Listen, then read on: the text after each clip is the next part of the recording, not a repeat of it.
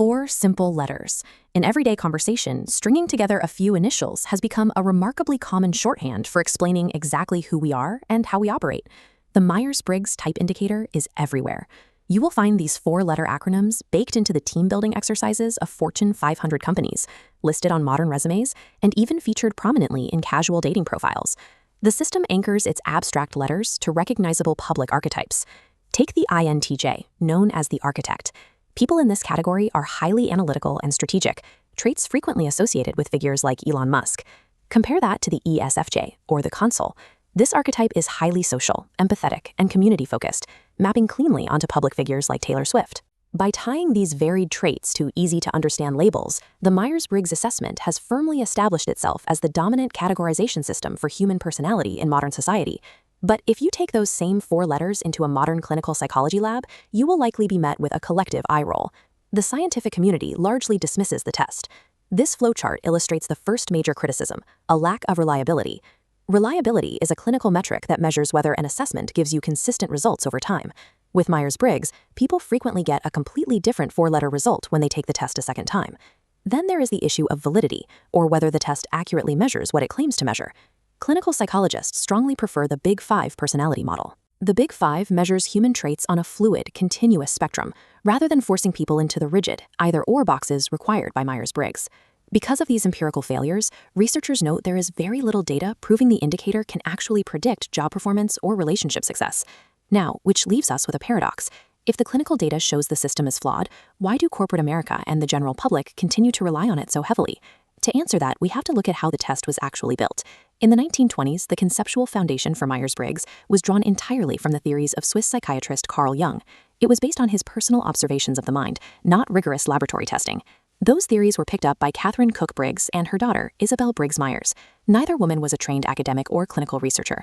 They were simply driven by a deep personal interest in human behavior. Their theoretical hobby became a concrete project with the outbreak of World War II. As millions of men deployed, a massive wave of women entered the industrial workforce. Briggs and Myers saw an immediate logistical need. They developed their indicator to match these new, untested workers to specific wartime jobs, trying to place them in roles where they would be naturally comfortable and highly effective. The tool was engineered to solve a practical problem in a time of national crisis. It entirely bypassed the slow, rigorous peer review process of the scientific method. The conceptual engine Briggs and Myers built runs on 4 specific dichotomies. Think of them as rigid, forced choices. This diagram shows the first dichotomy, energy. You are categorized by extroversion, drawing power from interacting with the outer world, or introversion, which is oriented toward the inner world and solitary reflection. Next is information. Sensing focuses heavily on the physical reality of concrete data and facts.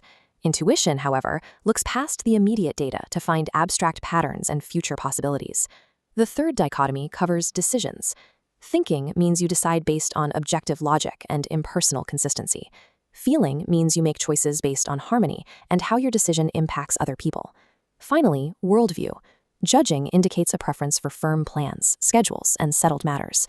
Perceiving leans toward flexibility, spontaneity, and keeping your options open.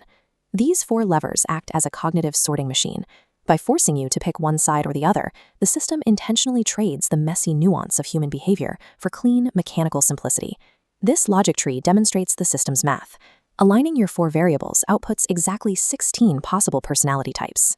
These 16 outcomes are grouped into 4 broad clusters: the logical analysts, the empathetic diplomats, the structured sentinels, and the adaptable explorers. The matrix is entirely rigid. You are definitively an E or an I, an S or an N. The system permits absolutely zero middle ground.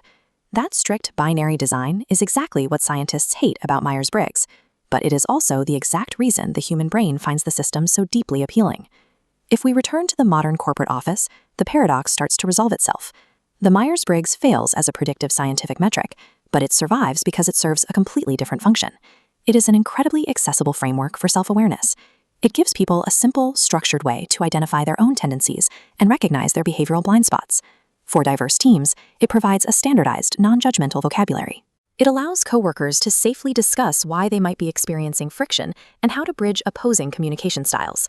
Clinical laboratories demand empirical, continuous data to map the brain accurately, but humans operating in the real world are looking for empathy, narrative, and meaning. The Myers-Briggs assessment is an imperfect tool. It shouldn't be treated as a definitive clinical diagnosis that traps you in a box. Instead, it works best as an introspective mirror, a way to help us understand ourselves and navigate the complexities of working alongside everyone else.